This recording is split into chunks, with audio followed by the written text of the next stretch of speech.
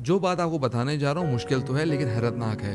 100 घंटे तक भूखे रहने से आपके जिस्म में क्या तब्दीलियाँ होती हैं और क्या फ़वाइद पहुँचते हैं। व्यूअर्स, अगर कोई 100 घंटे भूखे रहे तो होता ये है कि ग्लाइकोजेंस का इस्तेमाल होता है। सबसे पहले जिस्म ग्लाइकोजन को इस्तेमाल करता है जो कि जिस्म में ज़ख़ीरा शुदा शक्कर यानी कार्बोहाइड्रेट है। 24 से 48 घंटों के बाद ग्लाइकोजन के ज़खायर ख़त्म होने लगते हैं। फिर कीटोसिस का अमल शुरू हो जाता है। ग्लाइकोजन ख़त्म होने के बाद जिस्म कीटोसिस में दाखिल हो जाता है जहाँ ये चर्बी को तवानाई में तब्दील करता है। इस अमल में चर्बी के मॉलिक्यूल्स की तकसीम के जरिए कीटोन्स बनते हैं जो दिमाग और दीगर अज़ा के लिए बहुत मुतबादिल तवानाई के तौर पर काम करते हैं। तीसरे फेज में कीटोसिस की हालत में जिस्म चर्बी को बर्न करता है, जलाता है, जिससे वजन में कमी शुरू हो जाती है।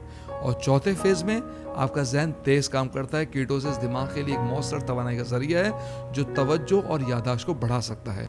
फिर पांचवें फेज से मुदाफ़ती निज़ाम में बेहतरी आती है। भूखा रहने से जिस्म के मुदाफ़ती निज़ाम को मजबूती